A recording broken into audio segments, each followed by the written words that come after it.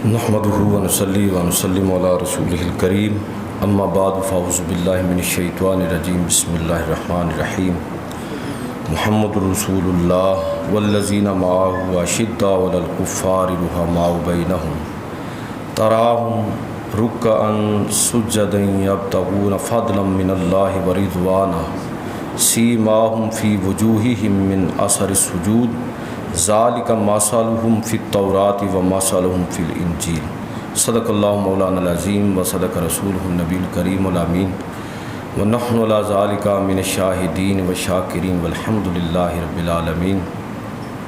تمام احباب درود پاک پڑھیے۔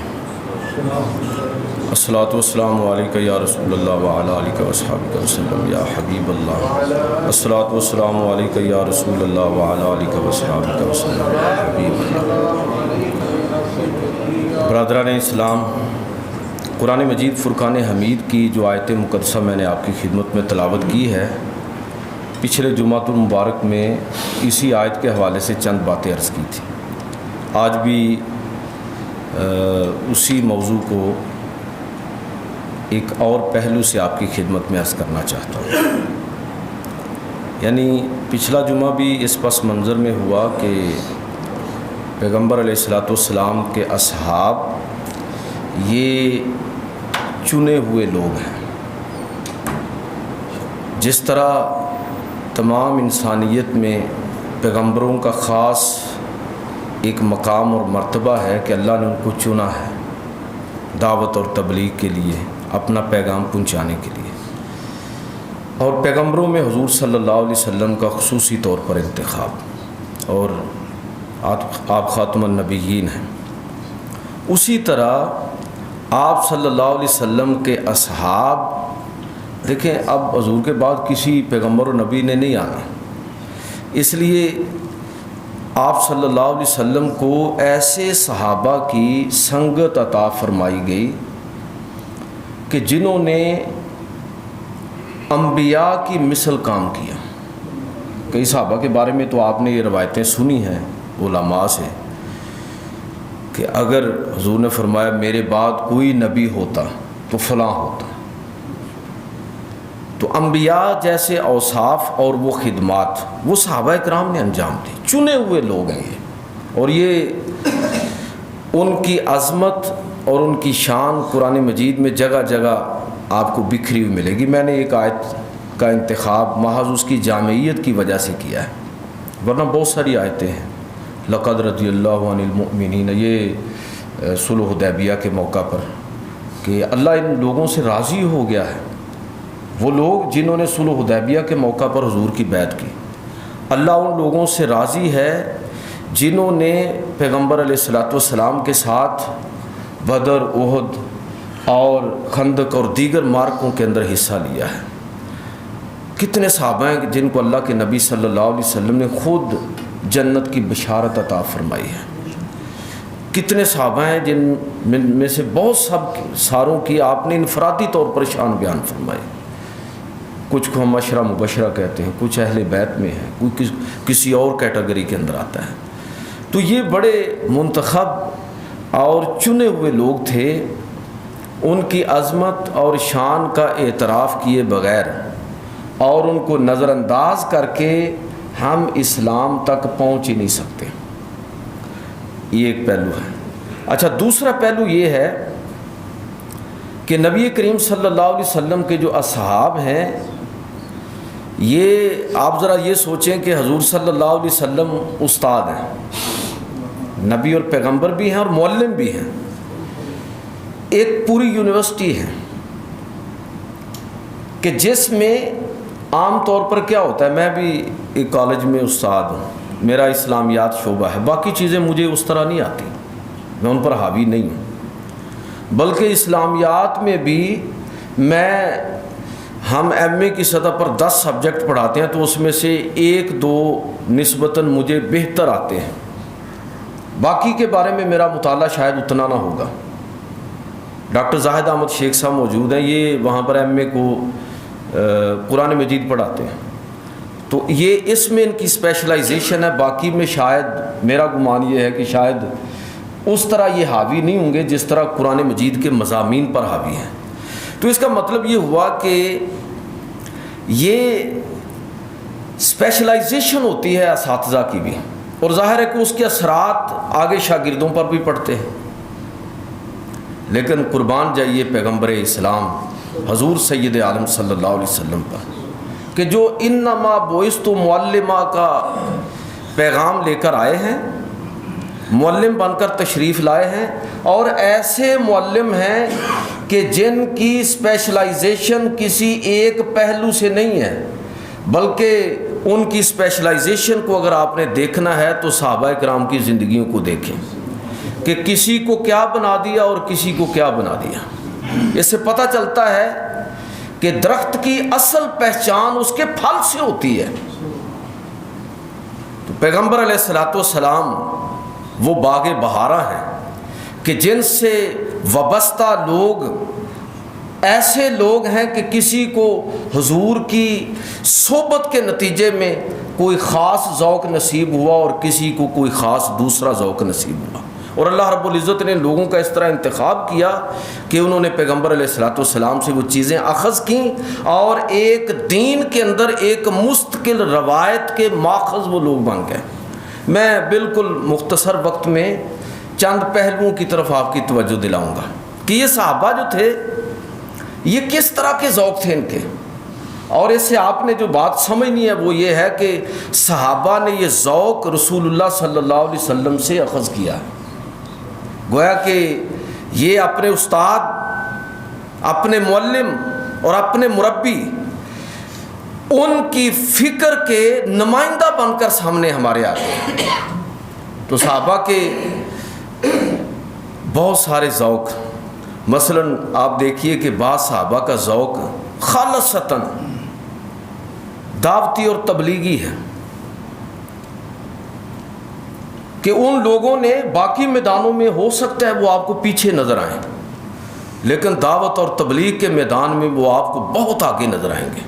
حضرت مصعب بن عمیر رضی اللہ تعالیٰ عنہ، ان کے بارے میں آتا ہے السیرۃ النبویہ، علامہ ابن ہشام کی کتاب ہے سیرت پر 4 جلدوں کے اندر، اس میں انہوں نے ڈیٹیل کے ساتھ ان کی سیرت پر لکھا ہے کہ یہ وہ صحابی ہیں کہ جن کو اللہ کے نبی صلی اللہ علیہ وسلم نے ایسی تربیت عطا فرمائی، ایسی تربیت ان کی کہ جب اہل مدینہ نے سن 11 نبوی کے اندر اسلام کی طرف رجوع کیا اور پھر 12 نبوی میں حضور صلی اللہ علیہ وسلم کی بارگاہ میں دوبارہ حج کے موقع پر حاضر ہوئے اور ایک معلم اور داعی کا تقاضا کیا کہ مدینہ میں آپ ہمارے ساتھ کسی کو بھیجیے، تو نبی صلی اللہ علیہ وسلم نے ان کے ساتھ نبوت کے 12ویں سال جناب مصعب بن عمیر رضی اللہ تعالیٰ عنہ کو روانہ فرمایا۔ علامہ ابن شام لکھتے ہیں کہ جب نبوت کے 13 سال پورے ہوئے، اللہ کے پیغمبر صلی اللہ علیہ وسلم نے مدینہ کی طرف ہجرت کی، تو حضور صلی اللہ علیہ وسلم کی ہجرت سے پہلے ہی حضرت مصعب بن عمیر رضی اللہ تعالیٰ عنہ کی دعوت اور تبلیغ اور کوششوں کے نتیجہ میں مدینہ کا کوئی گھر ایسا نہیں تھا جس کے اندر اسلام کی گونج سنائی نہ دے رہی ہو۔ اور آپ اندازہ فرمائیں کہ حضرت مصعب بن عمیر رضی اللہ تعالیٰ عنہ کی جب دعوتی اور تبلیغی سرگرمیوں کو ہم پڑھتے ہیں تو پتہ چلتا ہے کہ کئی ایسے بھی موقع آئے۔ یہ قبیلہ اوس کے سردار حضرت سعد بن معاذ رضی اللہ تعالیٰ عنہ جب وہ مسلمان ہوئے اور حضرت مصعب بن عمیر رضی اللہ تعالیٰ عنہ کی اسلوب دعوت سے اتنے متاثر ہوئے کہ خود ان کو لے کر اپنے قبیلے کے اندر گئے اور پھر اس دعوت کو دہرایا۔ ایک ہی دن میں پورا قبیلہ اوس جو ہے وہ مسلمان ہو گیا۔ تو پورا مدینہ جو ہے وہ گونج رہا ہے ہجرت مدینہ سے پہلے، اور اس میں بنیادی کردار کس کا ہے؟ ان صحابہ کرام کا، اور بالخصوص میں تذکرہ کر رہا ہوں ان صحابہ کا جن کا خاص دعوتی اور تبلیغی مزاج ہے۔ اور حضرت مصعب بن عمیر رضی اللہ تعالیٰ عنہ یہ ان کی کوششوں اور محنتوں کا نتیجہ۔ یہ وہی صحابی ہیں حبشہ کی طرف ہجرت کی، مدینہ کی طرف ہجرت کی، یہ 2 دفعہ حبشہ کی طرف انہوں نے ہجرت کی ہے، مدینہ کی طرف معلم بنا کر بھیجے گئے، اور ذوق ایسا ہے کہ جب حضور نے ہجرت کی تو دوبارہ پھر واپس مکہ آئے اور دوبارہ ہجرت کی نیت سے مدینہ کی طرف سفر کیا۔ یہ یعنی ذوق دیکھیے آپ، یہ وہ لوگ چنے ہوئے لوگ۔ تو حضرت مصعب بن عمیر رضی اللہ تعالیٰ غزوہ احد کے موقع پر شہید ہوئے، اور آپ جو 3 قبروں کے نشان احد پہاڑ کے دامن میں آپ کو نظر آتے ہیں، ان میں سے ایک ان کی قبر کا نشان ہے، یہ مصعب بن عمیر رضی اللہ تعالیٰ عنہ۔ حضرت جعفر بن ابی طالب، میں چونکہ ہمارے پاس وقت کم ہوتا ہے، میں بالکل اشاروں میں بات کروں گا۔ آپ جانتے ہیں کہ نجاشی کے دربار کے اندر جو انہوں نے تقریر فرمائی، عام طور پر ہم پڑھتے ہیں کہ مکہ سے لاچار، مظلوم اور بے سہارا لوگوں نے حبشہ کی طرف ہجرت کی تھی، لیکن اگر آپ اس پوری فہرست پر نظر ڈالیں تو آپ کو پتہ چلے گا کہ یہ سارے کے سارے لاچار اور بے سہارا نہیں تھے۔ اللہ کے پیغمبر صلی اللہ علیہ وسلم نے ایسے لوگوں کے ساتھ ساتھ کچھ ایسے لوگوں کو بھی روانہ فرمایا کہ جو وہاں پر دعوت اور تبلیغ کی خدمت انجام دے سکیں، اور جن کی خاص تربیت اس انداز میں کی گئی تھی۔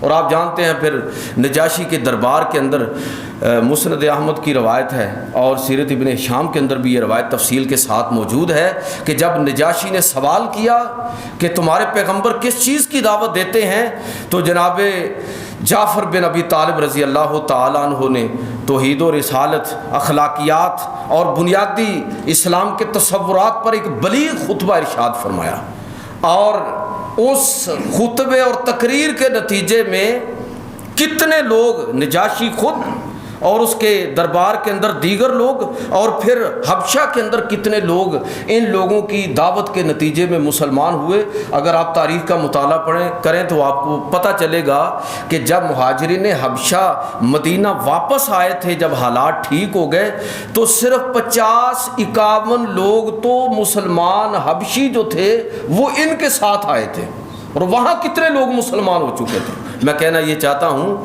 کہ یہ صحابہ کرام میں سے کچھ ایسے لوگ آپ کو ملیں گے جن کا خاص طرح کا دعوتی اور تبلیغی مزاج ہے۔ یہ آپ نے حضرت خالد بن ولید کا میں الگ سے بھی موقع ملا تو تذکرہ کروں گا، مجاہد آدمی تھے، تلوار ہاتھ میں ہے، اور ایک خاص ان کا مقام ہے اس میدان کے اندر، لیکن اللہ کے پیغمبر صلی اللہ علیہ وسلم نے قبیلہ ہمدان کی طرف ان کو بھیجا، 6 ماہ تک دعوت دیتے رہے، لیکن قبیلہ ہمدان مسلمان نہیں ہوا، حتیٰ کہ انہوں نے حضور کو خط لکھا کہ اللہ کے پیغمبر میں تھک گیا ہوں، یہ لوگ بات سنتے ہی نہیں ہیں۔ تو نبی کریم صلی اللہ علیہ وسلم نے جناب علی المرتضیٰ رضی اللہ تعالیٰ عنہ کو روانہ فرمایا، اور تاریخ کی کتابوں میں آتا ہے کہ حضرت علی نے پورے قبیلے کو جمع کیا اور پھر ان کے سامنے خطبہ ارشاد فرمایا۔ آپ کا وہ خطبہ اتنا مؤثر اور بلیغ تھا، اور اسلام کی تعلیمات کا ایسا جامع اور مؤثر بیان تھا کہ وہ قبیلہ جو 6 ماہ کے اندر مسلمان نہیں ہوا، سارے کا سارا قبیلہ ایک ہی دن میں حضرت علی کی دعوت پر مسلمان ہو گیا۔ نبی کریم صلی اللہ علیہ وسلم نے ایسے صحابہ تیار فرمائے، بیر معونہ اور بیر رجی کی مہمات میں ایک دفعہ 70 اور ایک دفعہ 10 صحابہ کو نجد اور دیگر قبائل کی طرف آپ صلی اللہ علیہ وسلم نے روانہ فرمایا۔ میں اگلے نقطے کی طرف آنا چاہوں گا، کہنا یہ چاہتا ہوں کہ یہ دعوت اور تبلیغ سارے صحابہ ہی مبلغ تھے، لیکن بعض ایسے آپ کو نظر آئیں گے جنہوں نے نبی کریم صلی اللہ علیہ وسلم سے یہ ذوق خاص طور پر اخذ کیا، اور دعوت اور تبلیغ کے میدان میں وہ خدمات انجام دیں کہ جن کی کوئی مثال دوسری آپ کو نظر نہیں آئے گی۔ آگے بڑھیے۔ صحابہ میں سے بعض وہ تھے جن کو اللہ تعالیٰ نے خاص طرح کا علمی ذوق عطا فرمایا۔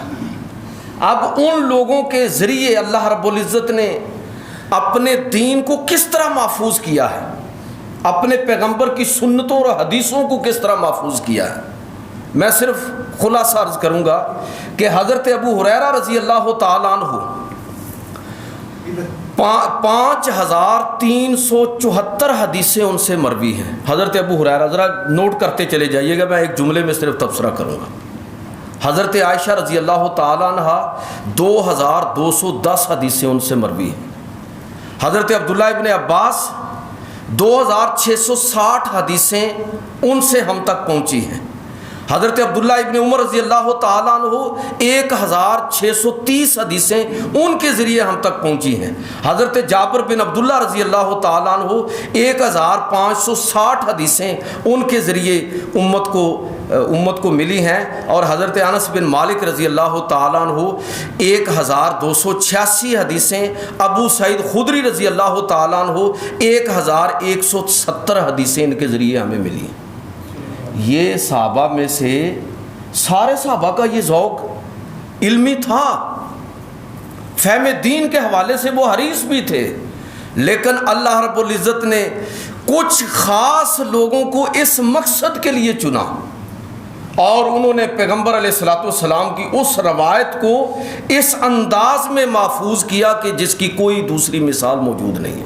ان لوگوں کا ذوق کیا ہے، کس طرح انہوں نے یہ محنت کے ساتھ ان چیزوں کو جمع کیا، ازبر کیا، اور اپنی ذمہ داری سمجھی کہ اس کو اگلے لوگوں تک پہنچانا ہے۔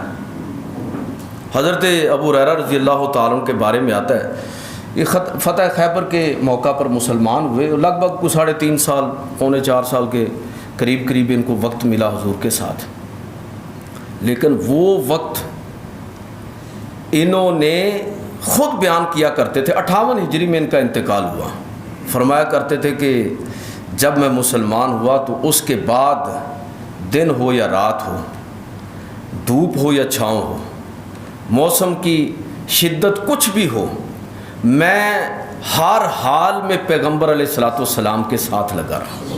لوگ اپنے کاروبار کے لیے چلے جاتے تھے، بازاروں میں چلے جاتے تھے، کھیتی باڑی کے لیے چلے جاتے تھے، لیکن میں پیغمبر علیہ الصلوۃ والسلام کے ساتھ ہی رہا، آپ کی باتیں سنتا، ان کو یاد رکھتا۔ اور ایک موقع پر بخاری میں وہ روایتیں موجود ہیں کہ ایک موقع پر حضور سے درخواست کی، اللہ کے پیغمبر آپ کی باتیں سنتا ہوں، بھول جاتا ہوں۔ آپ نے فرمایا ابو ہریرہ چادر بچھاؤ، اور حضور صلی اللہ علیہ وسلم نے کو پڑھ کر اس پر پھونکا اور فرمایا کہ اب اس کو سمیٹ کر اپنے سینے سے لگا لو۔ ابو ہریرہ کہتے ہیں کہ خدا کی قسم اس کے بعد جو بات بھی میں نے اپنے پیغمبر سے سنی ہے پھر میرے حافظے سے وہ کبھی محو نہیں ہے۔ تو حضرت ابو ہریرہ رضی اللہ تعالیٰ عنہ اتنی محنت، فرمایا کرتے تھے کہ میں یہ کھانا کھانے بھی نہیں جاتے تھے، یعنی آپ اندازہ کریں نا، شادی کوئی نہیں کی، کوئی دوسری، یعنی اتنی دیر جب تک حضور موجود ہیں،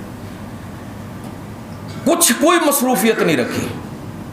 خود اپنے واقعات بیان کرتے ہیں۔ افسوس کہ میرے پاس وقت نہیں ہے میں آپ کو وہ ایمان افروز واقعات سناؤں، میں صرف یہ عرض کرنا چاہتا ہوں کہ یہ دن رات ادھر تھے۔ حضرت عائشہ صدیقہ رضی اللہ تعالیٰ عنہ 2210 حدیثیں ان سے مروی ہیں، اور دین کا اتنا بڑا ذخیرہ، اور خاندانی زندگی کے حوالے سے ایسی روایات اور ایسی چیزیں کہ اگر ان کو ہم ایک طرف کر دیں تو یقین جانیے کہ دین کا بہت بڑا حصہ جو ہے وہ امت اس سے محروم ہو جائے گی۔ اور آج لوگ سوال اٹھاتے ہیں ابو ہریرہ پر، سوال اٹھاتے ہیں اماں جی عائشہ صدیقہ رضی اللہ تعالیٰ عنہ پر۔ سوچنا چاہیے کہ اگر ان لوگوں کو دین سے منہا کر دیا جائے، آپ ان کی علمی خدمات کو نظر انداز کر دیں، تو خدا کے لیے سوچئے کہ پھر دین کیسے آپ تک پہنچے گا۔ یہ دین جو امت کو ملا ہے تو ان لوگوں کے احسانات کا نتیجہ ہے۔ تیسرا ذوق عرض کرنا چاہتا ہوں، وہ ہے قرآن مجید کی قرات کا ذوق۔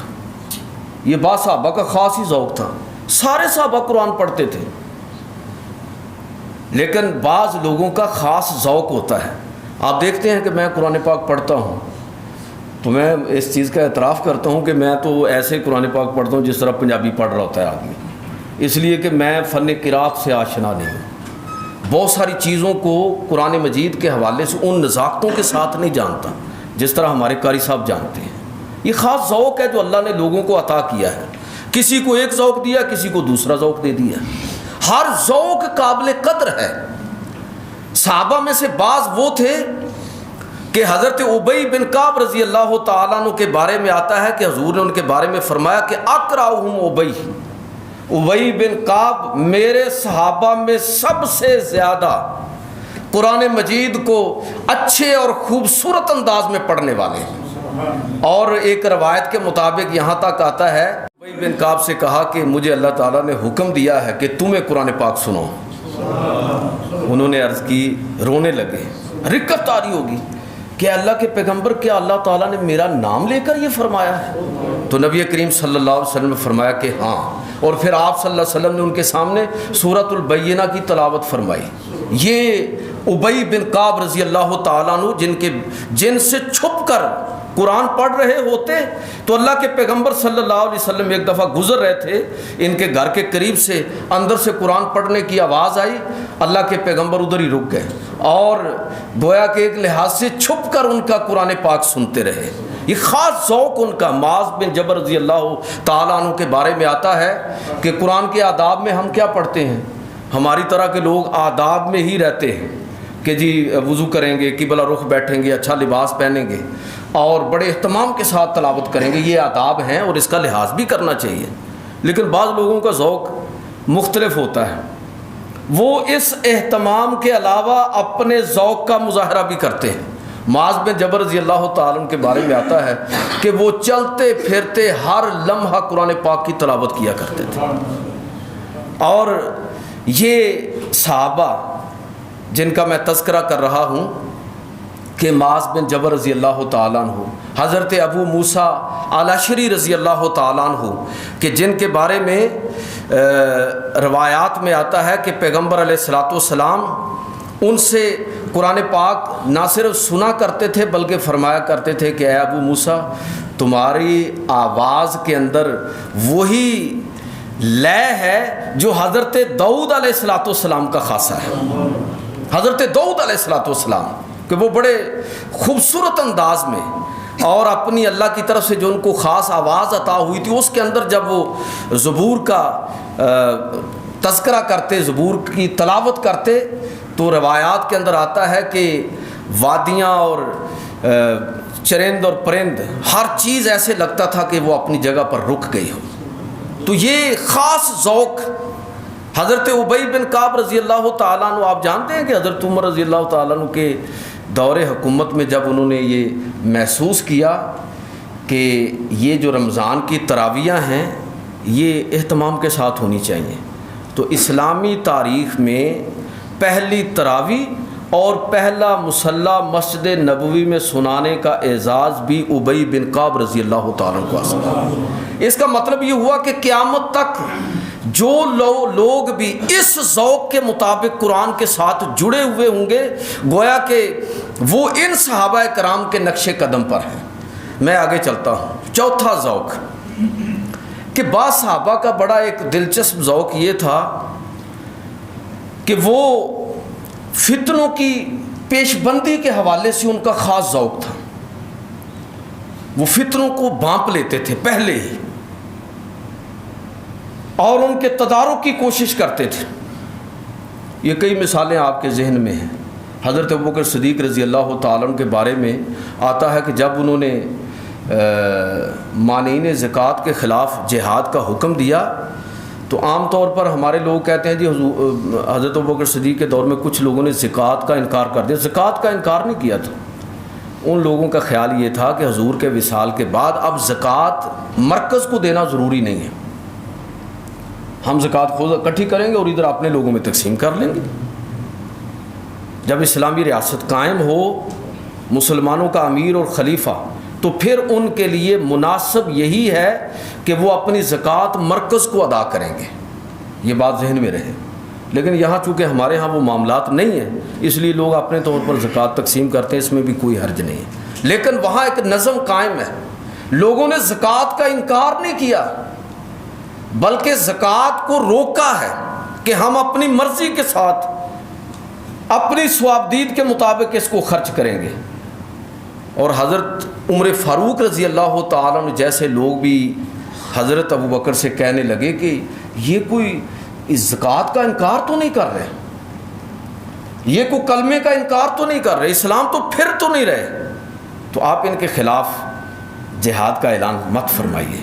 لیکن جناب ابو بکر صدیق رضی اللہ تعالیٰ عنہ دیکھ رہے تھے کہ اگر آج میں نے اسلام کے کسی حکم کے حوالے سے تھوڑی سی بھی گنجائش دے دی تو یہ لوگ آنے والے دور کے اندر ایک بدعت ایجاد ہوتی ہے اور اس کے اندر پھر بدعات کا ایک سمندر شروع ہو جاتا ہے، لوگ اس میں اضافہ کرتے چلے جاتے ہیں۔ چنانچہ یعنی مستقبل کے فتنوں کو پیش نظر رکھتے ہوئے آپ نے فرمایا کہ جو لوگ اللہ کے رسول کے دور کے اندر ایک بکری کی رسی بھی زکوٰۃ کے اندر دیتے تھے، میں اگر وہ روکیں گے تو میں ان کے خلاف بھی جہاد کروں گا۔ یہ کیا ہے؟ فتنوں کی پیش بندی کا خاص ذوق۔ اور حضرت حذیفہ بن یمان رضی اللہ تعالیٰ عنہ کے بارے میں آتا ہے کہ وہ یہ خاص ذوق رکھتے تھے۔ صحیح بخاری کی روایت کے اندر ہے کہ حضرت حذیفہ بن یمان خود فرماتے ہیں کہ کان الناس یسألون عن الخیر وکنت اسألہ عن الشر، کہ لوگ پیغمبر علیہ الصلوۃ والسلام سے خیر کے بارے میں سوال کرتے تھے کہ فلاں عمل کس طرح ہے، اس کا ثواب کیا ہے، اس کا نتیجہ کیا ہے، لیکن میں نبی صلی اللہ علیہ وسلم سے شر کے بارے میں سوال کرتا تھا تاکہ میں ان فتنوں سے آگاہ ہو جاؤں اور اپنے آپ کو ان فتنوں سے بچاؤں۔ یہ خاص ذوق ہے کہ فتنوں سے خبردار رہنا اور معمولی سا کسی جگہ پر انحراف دیکھتے ہوئے اس کے خلاف کھڑے ہو جانا کہ بظاہر وہ انحراف جو آپ کو تھوڑا سا نظر آ رہا ہے، آنے والے دور میں اس انحراف کے جو نتائج نکلیں گے وہ بڑے خوفناک ہوں گے۔ ابھی محرم کے حوالے سے پیچھے میں گفتگو کر چکا ہوں کہ امام علی مقام امام حسین رضی اللہ تعالیٰ عنہ باقی لوگوں نے بیعت کر لی تھی، بظاہر ایسے ہم جیسے کم فہم لوگوں کو یہی بات نظر آتی ہے کہ وہ بھی بیعت کر لیتے، لیکن یہ ہے لیڈرشپ، یہ ہے مستقبل کے فتنوں پر نظر، یہ ہے جسے آپ کہتے ہیں نا کہ مفکر، یعنی ایک فکری بلندی دیکھیے کہ دیکھ رہے ہیں کہ اگر آج اس فتنے کو نہ روکا گیا اور اس کے سامنے بند نہ باندھا گیا تو اس کا نتیجہ یہ نکلے گا کہ مسلمان ہمیشہ کے لیے خلافت کے اس ادارے سے ہی محروم ہو جائیں گے جو میرے نانا پیغمبر اسلام صلی اللہ علیہ وسلم نے جو ادارہ قائم کیا ہے خلافت کا، وہ اس ادارے سے محروم ہو جائیں گے۔ اور کیا اس طرح ہوا نہیں ہے کہ صدیاں گزر گئی ہیں، لوگ آگے جمہوریت کی طرف، رائے عامہ کی اہمیت کی طرف، اور مسلمانوں کا حال دیکھیں کہ اس دور کے اندر بھی ان کے اندر بادشاہت ہے۔ آپ اندازہ فرمائیں بادشاہت کیا ہے؟ ظلم کی انتہا ہے، لوگوں کی رائے کو کچلنا ہے اور اپنی رائے کو طاقت کے زور پر نافذ کرنا ہے دوسرے۔ یہ عرب ممالک کے اندر کیا ہو رہا ہے؟ کیا لوگ واقعی اسرائیل کے حق میں ہیں؟ اگر ایسا ہے تو وہاں ریفرینڈم کروا کے ذرا دیکھ لیں۔ کیا عالم اسلام، کیا پاکستان کے لوگ ملک کے اندر اسلامی نظام نہیں چاہتے؟ میں نے پیچھے کسی سروے کا ذکر کیا تھا کہ 90% لوگوں کی رائے اب بھی یہ ہے کہ ملک کے اندر اسلامی نظام نافذ ہونا چاہیے۔ کہنے کا مطلب یہ ہے کہ جب جمہوریت اس طرح کنٹرولڈ جمہوریت ہوگی اور اسلامی ممالک کے اندر اس طرح بادشاہت ہوگی، یہ مستقبل کے وہ فتنے ہیں جن کو لوگ دیکھتے تھے۔ اور حضرت حذیفہ بن یمان رضی اللہ تعالیٰ عنہ تو بہت دور کی نظر رکھتے تھے۔ آپ جانتے ہیں کہ یہ قرآن مجید فرقان حمید کے حوالے سے حضرت حذیفہ بن یمان رضی اللہ تعالیٰ عنہ کے مشورے پر ہی قرآن مجید کو ایک قرات پر جمع کیا گیا تھا۔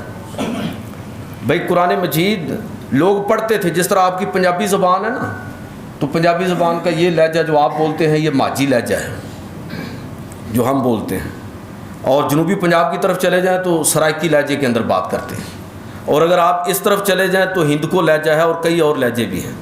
آپ چڑھتے پنجاب میں چلے جائیں تو پنجابی زبان ایک ہے، لہجے مختلف ہیں، اور کئی دفعہ تو آپ لفظ مختلف انداز میں بولتے ہیں، معنی ایک ہوتا ہے، دو اور ڈو۔ سائیں کا مطلب اور ہے ادھر، سائیں پاگل کو کہتے ہیں نا ہمارے ہیں جنوبی پنجاب میں، چودھری اور وڈیرے کو کہتے ہیں۔ یعنی کئی دفعہ لفظ ایک ہوتا ہے، معنی مختلف ہوتا ہے، کئی دفعہ لفظ کی پروننسیشن جو ہے وہ مختلف ہوتی ہے۔ حضرت حذیفہ بن یمان رضی اللہ تعالیٰ عنہ نے سینٹرل ایشیا کی طرف جہاد کے لیے گئے ہوئے تھے. مختصر کر رہا ہوں کہ آپ نے دیکھا کہ لوگ قرات میں اختلاف کی وجہ سے لڑ پڑے کہ وہ بھی قرآن پڑھ رہا ہے ایک اور کہہ رہا ہے کہ میں ٹھیک پڑھ رہا ہوں اور لہجے میں, اور دوسرا پڑھ رہا ہے وہ کہہ رہا ہے کہ میں ٹھیک پڑھ رہا ہوں, وہ دوسرے لہجے میں پڑھ رہا ہے, اور دونوں آپس میں گتھ مگتھ ہے. آپ واپس تشریف لائے اور حضرت عثمان غنی رضی اللہ تعالیٰ عنہ کا دور تھا. مستقبل میں پیش آنے والے فتنے پیش نظر ہیں کہ اے امیر المومنین, اگر آپ نے اس چیز کا تدارک نہ کیا اور اس امت کو ایک قرات پر جمع نہ کیا تو خطرہ ہے کہ آنے والے دور میں, ابھی ہم تو موجود ہیں, حضور کے اصحاب موجود ہیں, اب لوگ لڑ رہے ہیں, آنے والے دور میں کس طرح کی تباہی مچے گی اس امت کی خبر لیجیے. چنانچہ حضرت عثمان غنی رضی اللہ تعالیٰ عنہ نے زید بن ثابت رضی اللہ تعالیٰ عنہ کو حکم دیا کہ قرآن پاک کو دوبارہ سے آپ لکھیے, اور حضور قریش سے تعلق رکھتے تھے, لہٰذا قرآن اب آپ قریش کے لہجے کے مطابق جو ہے وہ مرتب کیجیے. لہٰذا اب جو ہم قرآن پاک پڑھتے ہیں تو یہ قریشی لہجے کے مطابق ہے. قرآن پاک آپ کا ایک وصف جو آپ خطبے میں عام طور پر علماء سے سنتے ہیں کہ جامع القرآن حضرت عثمان غنی کو کہا جاتا, حالانکہ قرآن پاک جمع جو ہے وہ تو اللہ کے پیغمبر نے کروا دیا تھا, اور اس کے بعد سرکاری سطح پر قرآن مجید جمع کرنے کا پہلا کارنامہ اور اس کی نشر و اشاعت یہ حضرت ابوبکر صدیق رضی اللہ تعالیٰ نے انجام دیا. تو آپ جامع القرآن کن معنوں میں ہیں؟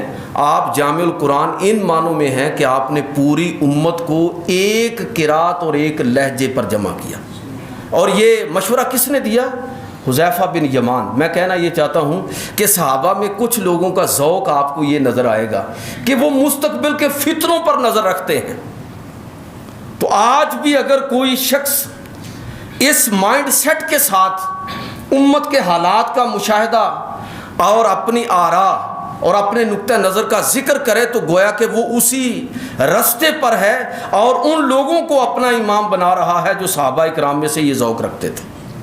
صحابہ میں سے کچھ وہ ہیں, پانچویں بات بس اب گن دیتا ہوں, ٹائم ختم ہو گیا, کہ جن کو اللہ تعالیٰ نے خاص جہاد اور قتال کا ذوق دیا تھا. خالد بن ولید جیسا کوئی نہیں, عمر بن عاص جیسا کوئی نہیں, یزید بن ابی سفیان جیسا کوئی دوسرا نہیں ملے گا, سعد بن ابی وقاص کہاں چین تک جھنڈا اسلام کا لے کر آگے بڑھے ہیں. یہ اللہ نے خاص ذوق ان لوگوں کو دیا تھا.